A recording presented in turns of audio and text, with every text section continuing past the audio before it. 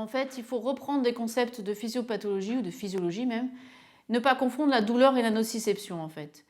Puisque la douleur, c'est une perception qui est consciente d'un stimulus nociceptif. Et donc, on ne peut pas parler en tant que tel de douleur sous anesthésie générale, mais on va parler de nociception. Nociception étant définie comme la stimulation des récepteurs nociceptifs. Donc, sous anesthésie générale, on a de la nociception et on a les conséquences de la nociception que l'on connaît, qui sont la tachycardie, etc. Et donc, si on veut agir avec des médicaments ou des techniques, on va faire de l'antinociception, qui va donc être la suppression des conséquences de la stimulation des récepteurs nociceptifs. Et quand on veut faire de l'antinociception, si on part de ce principe-là, eh bien, on a différentes façons de le faire. Alors évidemment, on peut faire de l'antinociception avec des opiacés, en interférant avec les encéphalines, et c'est ce qu'on fait, et c'est ce qu'on a appris à faire, et ça marche très bien. Oui, ça a des effets secondaires, mais ça marche. Mais on peut aussi faire l'antinociception avec d'autres molécules, en interférant sur d'autres voies et avec d'autres neurotransmetteurs. Voilà le principe de base qui est qu'on peut faire donc de l'anesthésie générale sans faire des opiacés, parce qu'on pourra faire de l'antinociception avec d'autres molécules ou d'autres techniques. Alors, comment on va faire si on veut éviter les opiacés? Il va falloir faire ce qu'on appelle de l'anesthésie multimodale, qui aujourd'hui en fait n'est pas un nouveau concept. D'abord, ça vient de l'analgésie multimodale dont on a l'habitude depuis 25 ans dans le post-opératoire. Mais c'est aussi ce qu'on fait tous les jours et ça ne vous viendrait plus à l'idée aujourd'hui de ne faire juste qu'un hypnotique, un curare et un opiacé. On ajoute tous des adjuvants. Alors parmi ces adjuvants, forcément il y aura des anesthésiques locaux, soit par de l'ALR si c'est possible, soit par de l'idocaïne IV si la chirurgie s'y prête, ou sous d'autres formes, sous forme d'infiltration, etc. Un antagoniste NMDA, et en fait le seul qui ait vraiment prouvé son efficacité, c'est la kétamine. Les anti-inflammatoires, dès qu'on peut, les INS à dexaméthasone pour son intérêt antalgique ici, anti-inflammatoire. Et pour la stabilité hémodynamique, que l'on n'obtiendra pas avec les opiacés puisqu'on va faire sans, on a différentes possibilités qui sont le magnésium, les bêta-bloquants dont je ne vais pas vous parler parce que c'est une littérature qui est assez ancienne et qui va montrer que ça avait des effets secondaires pas forcément favorables, et puis les alpha-2 agonistes. Alors je vais vous montrer un peu l'état de la littérature aujourd'hui. Je vais commencer par une des études, ou quasiment l'étude la plus ancienne qui est bien faite sur le sujet. Alors si vous regardez, vous allez trouver d'autres études plus anciennes, mais qui ne sont pas bien faites sur le plan méthodologique. Celle-ci, c'est une des plus anciennes, vraiment correctement faite, rigoureusement faite. Donc 2 groupes de patients en chirurgie bariatrique qui ont le même type d'anesthésie, sauf que dans un groupe, ils ont du fentanyl per-op, et dans l'autre groupe, un alpha-2 agoniste, la dexméthédomidine.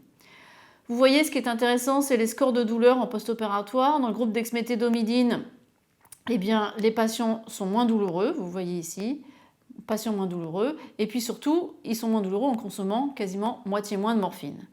Et ceci, c'est au prix d'une baisse de la pression artérielle moyenne et de la fréquence cardiaque, mais qui restent dans des ranges qui sont acceptables. Ça, c'est une première étude sur le sujet. Pour pouvoir bien lire cette étude à l'aune de ce que l'on fait aujourd'hui, il faut bien savoir que ce n'est pas forcément des pratiques que l'on a aujourd'hui, puisque les patients n'avaient pas d'analgésie multimodale. Il y avait quand même de la lidocaïne dans chaque groupe, mais sinon il n'y avait pas d'autres antalgiques, et surtout il n'y avait que de la morphine en post-opératoire, qui ne correspond pas bien aux pratiques que l'on a aujourd'hui. Donc dans ces conditions-là, effectivement, c'est plus facile de montrer une différence. Autre étude plus récente sur de chirurgie du rachis, donc avec des techniques d'anesthésie qui ressemblent plus à ce qu'on fait, parce que c'est du rémifentanyl, pas du fentanyl, versus de la dexméthédomidine.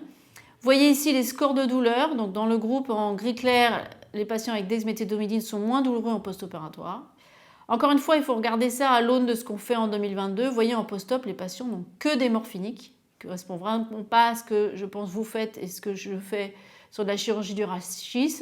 Là, en post-op, il y avait du fentanyl, du tramadol, puis ensuite une PCA avec un autre opiacé. Ce n'est pas les standards d'aujourd'hui.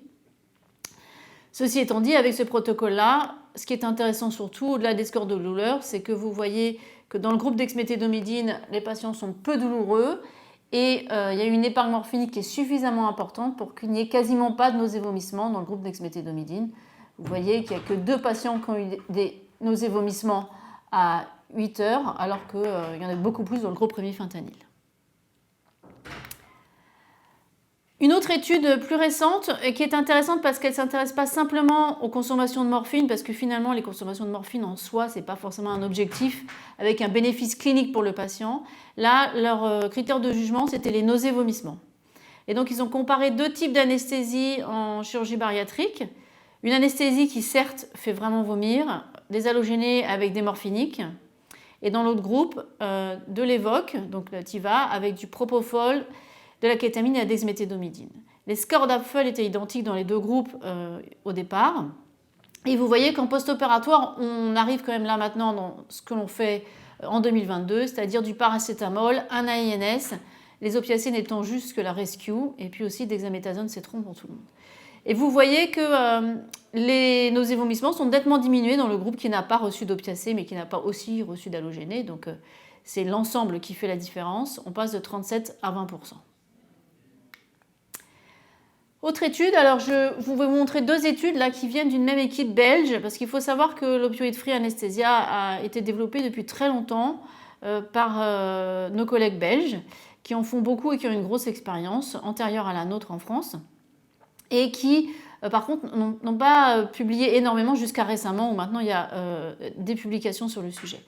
Donc une étude qui est une étude randomisée contrôlée, il n'y a que 50 patients, ce qui est dommage, mais parce que sinon elle est très bien faite cette étude. Vous avez une anesthésie aux opiacés type classique, propofol, rocuronium, sulfentanyl, versus de l'OFA avec du propofol, du rocuronium, la dexméthamédine, la lidocaïne, la kétamine, en post-op, morphine, paracétamol. Ce qui est intéressant, c'est vous voyez qu'effectivement les patients ont des niveaux de douleur qui sont plus faibles dans le groupe OFA, consomment moins de morphine. Mais si on regarde des critères de jugement qui sont cliniquement parlants pour le patient, on a moins de nausées-vomissements, moins de désaturation, vous voyez, et le Q40 qui est un score de satisfaction ou de bien-être, on va dire, qui est amélioré dans le groupe OFA. Donc un bénéfice de l'OFA dans cette étude. Ceci étant, un J1, vous voyez que sur la consommation de morphine, on ne retrouve pas la différence, mais l'effectif, encore une fois, était petit. Autre étude, alors là, c'est une étude rétrospective, donc sur le plan méthodologique de moins bonne qualité, mais il y a plus de 9000 patients.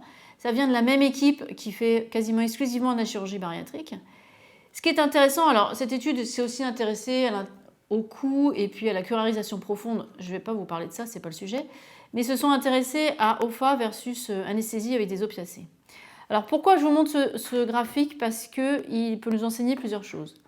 Les barres en rouge, c'est les patients qui ont reçu une anesthésie avec du sulfentanyl en pérope. Vous voyez qu'avec le temps, ils en font de moins en moins.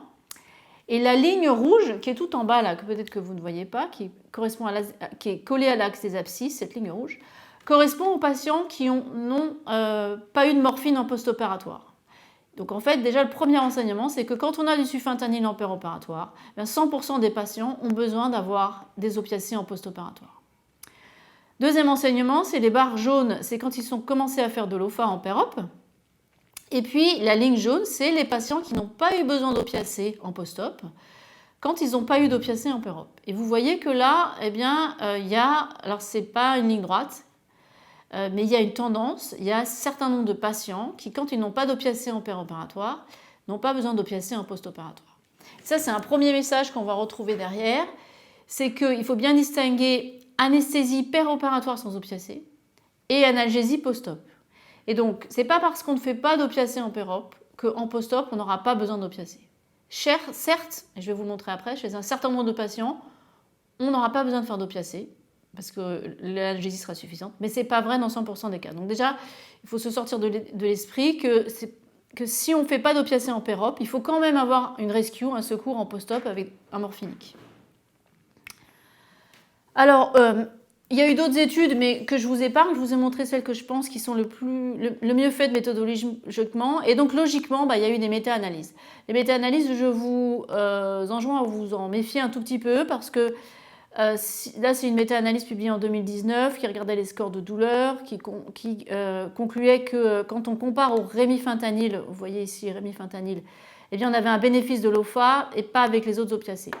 Pourquoi se méfier de ces méta-analyses? D'abord parce que vous voyez que le I carré, qui correspond à l'hétérogénéité des études, est très élevé, c'est-à-dire qu'il y a une très grande hétérogénéité entre les études. Et c'est vrai parce que si vous détaillez chacune de ces études incluses dans la méta-analyse, ce que j'ai fait pour vous, vous verrez qu'en fait, il y en a certaines, c'est même pas de l'OFA, puisqu'on a fait des opiacés pour l'induction. Donc on ne peut pas considérer que c'est de l'eau froide. Donc se méfier des méta-analyses quand même. Parce que comme je vous ai dit, il n'y a pas énormément de littérature, donc c'est difficile de faire une méta-analyse quand il n'y a pas énormément de littérature. Alors, à la suite de tous ces travaux-là, on a mené cette étude qui s'appelle l'étude POFA. Le centre investigateur principal, c'était le CHU de Rennes. Et il y a eu 10 centres en France qui ont participé avec l'aide du réseau recherche SPHAR. Cette étude a été publiée dans l'anesthésiologie l'année dernière. Alors, le principe de cette étude, c'était un randomisé contrôlé multicentrique, 2 groupes. Un groupe qui recevait, les 2 groupes recevaient des choses qui étaient vraiment identiques, c'est-à-dire une induction au propofol et derrière du desflurane. Ils avaient tous de la lidocaïne et de la kétamine en péropératoire, et la lidocaïne maintenue en post-opératoire. De la dexaméthasone, du paracétamol et du néfopam dans les 2 groupes, et la morphine en rescue. Ce qui changeait entre ces 2 groupes, c'est que le groupe opiacé avait du rémifentanil en pérope, en évoque, et un bolus systématique de morphine à la fin de la chirurgie. Et dans le groupe, ils avaient de la dexméthédomidine. C'était de la chirurgie classée comme intermédiaire à majeur, un risque intermédiaire à majeur non cardiaque.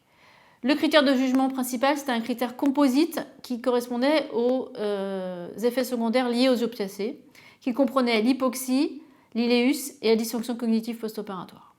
L'hypoxie étant évaluée, le critère c'était que les patients après extubation n'avaient pas d'oxygène systématiquement. Et dès qu'ils avaient une saturation qui baissait en dessous de 95 et qu'on devait leur mettre de l'oxygène, on considérait que c'était un événement hypoxique. L'iléus, c'était la reprise du transit à 48 heures. La dysfonction cognitive évaluée avec la CAM-ICU. Et donc, je vais vous montrer les résultats. Les résultats, donc, sur 312 patients dans 10 centres français, étaient à l'inverse de notre hypothèse de départ. Notre hypothèse de départ était qu'on ferait mieux dans le groupe OFA. Et en fait, comme vous pouvez le voir, eh bien, le critère composite était présent plus souvent dans le groupe OFA. Pourquoi ? Parce qu'il y avait plus d'hypoxémie dans le groupe OFA. Il y a eu ces dysfonctions cognitives étant non significativement différentes entre les 2 groupes. Alors, pourquoi on a eu ce résultat ? Premier élément de réponse, c'est qu'on peut se poser la question sur notre choix de définition de l'hypoxémie. Saturation qui baisse en dessous de 95%. Dans certaines études, c'est plutôt 92%. Donc ça peut être effectivement un élément de réponse. Autre élément de réponse, on le trouve dans les critères secondaires. Vous voyez ce qui est encadré en rouge, que en fait, dans le groupe OFA, eh bien, les patients, la sortie de celle de réveil, donc le score d'Aldred supérieur à 9, était plus tardive dans le groupe OFA, avec un délai d'extubation qui était plus tardif. Et cela était probablement dû, ou certainement dû, à l'effet sédatif de la dexméthédomidine. Donc on n'avait pas eu les résultats escomptés. Si on regarde quand même les autres éléments, les niveaux de douleur sont identiques dans les 2 groupes et sont très bas, et heureusement. La consommation de morphine, elle est réduite, ce qui avait déjà été montré auparavant dans le groupe OFA. Ce qui est intéressant, c'est quand même par rapport à ce que je vous ai dit antérieurement, c'est le nombre de patients sans opiacés en post-opératoire, c'est-à-dire qu'ils n'en ont pas eu besoin. Eh bien, significativement, il y en a plus dans le groupe OFA, clairement, mais en même temps, ce n'est pas non plus la majorité des patients. Et puis les nausées vomissements, eh bien, il y en a moins dans le groupe OFA. On a une réduction qui est significative. Voilà, les durées de séjour étant équivalentes. Alors, autre chose sur l'étude POFA, parce que je ne vais pas vous cacher qu'elle a été arrêtée par la NSM, cette étude, puisque on monitorait aussi les effets secondaires de la dexméthédomidine, qui sont principalement la bradycardie et l'hypotension. Et donc, on a eu 5 bradycardies profondes dans le groupe OFA, une qui était due à une erreur de poids, donc une erreur de dosage, c'est pas utile d'en parler, mais 4 qui n'étaient pas une erreur de dosage, c'était un bon dosage, et qui ont eu toutes les 4 lieu au moment de l'insufflation de la cilioscopie. Et cette étude, à la suite de ça, a été arrêtée, mais on avait quasiment inclus tous les patients, donc ça n'a pas eu d'impact sur la qualité de nos résultats. Si vous regardez le tableau ici, vous verrez que, effectivement, si on regarde les bradycardies, clairement, il y en a plus dans le groupe OFA. Il y en a plus, toutes bradycardies confondues, qui étaient définies dans notre étude par l'injection d'atropine. Et si on regarde même les bradycardies vraies, c'est-à-dire inférieures à 45, eh bien, on a plus dans le groupe OFA. L'hypotension, par contre, étant non significativement différente dans les 2 groupes. Alors, qu'est-ce qu'on peut retenir de cette étude ? C'est d'abord une des premières études de cette ampleur sur le sujet, qui a un effet bradycardisant de la dexméthédomidine, mais c'est quand même pas quelque chose de nouveau. On sait tous que les alpha-2 agonistes, c'est bradycardisant. La question de la dose peut être posée, parce qu'effectivement, c'était une dose qu'on peut considérer comme un peu élevée. Ça, c'était la dose moyenne administrée de dexméthédomidine. Mais on a fait des analyses secondaires et montré qu'il n'y avait pas d'effet dose dans la bradycardie qu'on a retrouvée. Donc il faut bien quand même avoir en tête que la dexmédetomidine, c'est bradicardisant. Alors la dexmédetomidine, du coup, à l'insufflation de la cellio, attention, parce que les 4 cas qu'on a eu, c'était à ce moment-là. Alors, savoir quelle est la cause, c'est-à-dire est-ce que c'est un surdosage en dexmédetomidine? Peut-être pas, puisque je vous ai dit qu'on était dans des dosages qui n'étaient pas en surdosage. Est-ce que c'est dû à un réflexe vagal? Parce qu'au contraire, les patients n'étaient pas suffisamment imprégnés et quand on a fait l'insufflation de la cellule, on a eu un réflexe vagal. Je n'ai pas de réponse à cette question, c'est une hypothèse. En tout cas, ça ne contre-indique pas, hein, mais si vous faites des alpha-2 agonistes et de la cellio, soyez attentifs au moment de l'insufflation. La question surtout que pose POFA, je pense, c'est que toutes les études que je vous ai montrées avant, dans le groupe contrôle, on était quand même dans de la pratique de l'anesthésie qu'on ne fait pas aujourd'hui, c'est-à-dire que les patients recevaient que des opiacés, voire des fortes doses d'opiacés. Ici, on a un groupe contrôle que j'ai voulu volontairement proche de la réalité, et d'ailleurs quand j'ai construit l'étude, le conseil scientifique de l'étude m'avait dit ton groupe contrôle il est trop bien. Parce que ils m'ont dit tu vas avoir du mal à trouver une différence. Bon alors c'était pas faux puisque j'ai trouvé l'inverse, mais moi je voulais un groupe contrôle qui ressemble à la réalité, et donc qui est déjà un groupe contrôle qui finalement est très épargnant d'opiacés. Et donc la question que pose POFA, c'est quand on est déjà dans des pratiques qui épargnent franchement les opiacés, y a-t-il un bénéfice à aller encore plus loin et à ne pas faire d'opiacés du tout? Là la question elle est posée. Enfin, dernier point, ce que je vous ai dit et ce qu'on retrouve dans POFA, c'est que faire de l'OFA, c'est-à-dire pas d'opiacés en péropératoire, ne veut pas dire qu'on n'a pas besoin d'opiacés en post-opératoire. Il faut quand même prescrire une rescue, vous en aurez besoin ou pas, le patient devra être titré ou pas, mais en tout cas il faut mettre une rescue. Parce qu'on n'a pas réussi pour le moment à identifier des profils de patients qui seraient plus susceptibles de ne pas avoir besoin d'opiacés ou au contraire d'en avoir besoin. Alors, pour aller plus loin sur l'utilisation de la dexmédetomidine en péropératoire, il est vrai que pour ceux qui ont participé à POFA et ceux qui utilisent la dexmédetomidine, il y a une courbe d'apprentissage à l'utilisation de ce médicament. Et si on fait des doses trop élevées, on peut avoir des bradycardies. Et donc il y a cette étude qui est sortie dans l'anesthésiologie très récemment, qui n'a pas de belle figure, que je ne peux pas donc vous mettre une belle figure, et qui est un papier très compliqué sur lequel je vous le dis tout de suite, je n'ai pas tout compris, mais qui propose quand même l'utilisation de la dexmédetomidine, on en évoque. Et donc un système de titration de la dexmédetomidine qui serait probablement intéressant pour pouvoir mieux administrer la dexmédetomidine la même façon qu'on administre le rémifentanil. Et donc c'est peut-être une voie pour le futur pour pouvoir administrer de façon plus safe la dexmédetomidine. Pour ce qui concerne la suite sur les effets secondaires sur les alpha-2 agonistes, il y a une méta-analyse qui a été publiée en 2019, là, avant POFA, faite par l'équipe de Valeria Martinez, qui nous rappelle, s'il en est besoin, que leurs effets secondaires, c'est hypotension et bradycardie, surtout si on fait un bolus pour la dexmédetomidine. Et ces bradycardies et hypotension peuvent persister même après l'anesthésie, c'est en post-opératoire. Alors, à la suite de l'étude POFA, il y a eu des méta-analyses qui ont été faites quasiment immédiatement. Donc, je vous montre les méta-analyses mises à jour. Celle-ci, elle est faite pareil par l'équipe de Valeria Martinez. Et je la trouve un peu plus rigoureuse elle est beaucoup plus rigoureuse même que les précédentes. Donc là, ce sont des études qui sont, vous voyez, en strict OFA, c'est-à-dire que c'est vraiment que des études où il n'y a pas du tout d'opiacés. Et là, ils ont séparé on fait quand même des opiacés juste pour l'induction, qui sont quand même deux choses différentes à mon avis. Et ils montrent, quand on fait du strict OFA, ils ont trouvé un bénéfice seulement sur les nausées-vomissements. Réduction des nausées-vomissements, pas d'autres bénéfices dans cette méta-analyse. Alors, pour conclure un peu, j'ai encore 2-3 diapos. Je vous enjoins de faire attention si vous voulez vous mettre à faire de l'OFA, de recettes que vous pouvez trouver sur Internet. Il y a des recettes de cuisine, comme ça dans Google, ou dans des papiers comme celui-ci. Ces recettes-là n'ont pas été évaluées avec des études rigoureuses, pas de RCT, pas de comparaison. Et donc faites attention parce que par exemple ce papier-là, c'est un papier qui explique une pratique locale mais qui n'a jamais été évaluée. Et si vous regardez ce qu'ils font, il y a quand même de la dexmédetomidine avec un bolus de 1 gamma kilo, c'est une très grosse dose, associée à de la kétamine, du magnésium, de la lidocaïne. Alors en plus, ils font de la lidocaïne et de la bupivacaïne, 2 anesthésiques locaux. Voilà.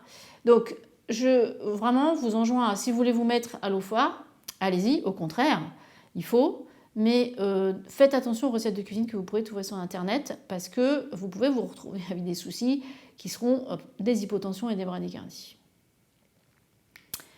Si vous voulez avoir une synthèse un peu sur le sujet, il y a cette revue publiée dans le même numéro d'anesthésiologie que POFA, une revue très intéressante qui fait un peu le point en essayant d'être un peu objectif sur ce qui est intéressant et ce qui reste encore toutes les questions qui sont encore posées sur l'OFA.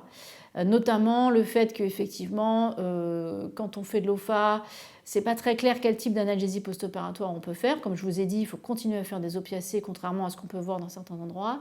Il y a des questions de safety qui ne sont pas complètement réglées, puisqu'on associe entre eux des médicaments, et encore, je ne vous ai pas parlé du magnésium. Question de monitoring, ça, à mon avis, est une question fondamentale. Le monitorage, parce que les monitorages de la profondeur d'anesthésie et les monitorages de l'analgésie ne sont pas validés en OFA. Donc il reste pas mal de questions pour lesquelles on n'a pas les réponses pour le moment. Voilà. Donc pour conclure, est-ce que l'OFA c'est l'anesthésie 3.0 ? Je ne le présenterai pas comme ça. Je pense que c'est une autre façon de faire de l'anesthésie qui ne met pas du tout à la poubelle l'anesthésie avec des opiacés, qu'il va falloir définir pour quel patient c'est utile. Les preuves qu'on a, c'est que ça réduit les consommations de morphine et de nausées et vomissements. Ça, on a suffisamment de preuves. Les effets secondaires, je vous en ai déjà parlé, il y en a, il faut les connaître. Et les questions qui restent posées, vous voyez, la liste est longue et elle n'est pas du tout exhaustive.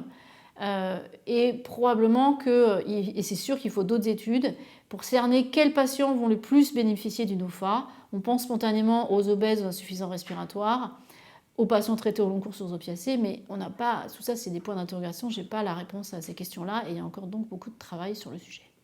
Voilà, je vous remercie. Merci beaucoup pour ce topo très synthétique et puis la présentation du coup de POFA. Alors on avait quelques questions qui étaient venues en amont de cette présentation, mais je pense qu'il y en a une à laquelle vous avez déjà quand même bien répondu sur la pertinence clinique de la réduction des morphiniques actuellement. C'est un peu ce que vous nous avez présenté au travers de votre étude. Est-ce que vous avez des choses éventuellement à rajouter sur cette question ? Ce que je voudrais dire, c'est qu'en fait, il est dit parfois que si on fait des morphiniques aujourd'hui, on est quasiment criminel. Bon, il faut vraiment sortir de ça. Et il faut savoir d'où on part. On part, donc les plus jeunes n'ont peut-être jamais vu ça, mais moi je me souviens, il n'y a pas si longtemps que ça, il y a 10 ans, moi je fais de la chirurgie abdominale lourde, il y a 10 ans, les feuilles d'anesthésie, c'était 70 à 100 gamma de Sufinta pour une chirurgie.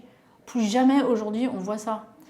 Donc on est parti de ça, de 100 gamma de Sufinta pour une chirurgie de 3 heures, à aujourd'hui, si vous faites un protocole épargneur de morphine, de morphinique, vous allez vous retrouver avec 15 gamma. Donc déjà, le chemin a été très long. Et maintenant, la question est de savoir est-ce qu'il y a un bénéfice une différence entre mes 15 gamma et 0 ? Je n'ai pas la réponse à cette question. Je ne sais pas. Et je ne suis pas sûre qu'on arrivera à le montrer. Donc, si vous faites encore un peu de morphine, vous êtes mis à l'OFA, mais que, par exemple, pour l'intubation, vous n'arrivez pas à vous sentez pas de ne pas faire le bolus, franchement, il n'y a pas de drame, quoi. Je pense que le bénéfice pour le patient, il est à l'ensemble de l'anesthésie que vous faites et à l'anesthésie multimodale que vous faites. Et ce n'est pas les 10 gamma de Sufinta que vous faites pour l'intubation qui vont se ressentir 3 heures plus tard sur le post-op. Voilà. En tout cas, on n'a pas de données pour dire que ça, c'est délétère. D'accord. Aujourd'hui, on ne peut pas dire ça. Et du coup, est-ce que vous pensez, parce que c'est la deuxième question, que cette un peu diabolisation des morphiniques, elle vient un peu de l'influence nord-américaine et eux des effets secondaires un peu sociaux qu'ils ont au décours de l'ensemble de cette consommation hospitalière ? Je crois qu'un peu oui, c'est-à-dire que oui. Alors il y a le contexte américain qui est un contexte qui est complètement délirant, dans lequel on n'est pas et dans lequel on ne sera jamais. Et c'est vrai qu'on est un peu influencé par ça, parce que aussi on se regarde et on s'interroge et on se dit il ne faut pas qu'on tombe là-dedans. Maintenant, on n'est pas du tout dans le même contexte, puisque aux États-Unis, ces problèmes-là sont arrivés parce que initialement, avant 2017, il n'y avait aucune réglementation sur la prescription des morphiniques, et parce qu'il n'y a pas non plus de réglementation sur le pouvoir des laboratoires pharmaceutiques. Donc, on n'est pas dans la même situation, donc on n'arrivera pas aux mêmes catastrophes.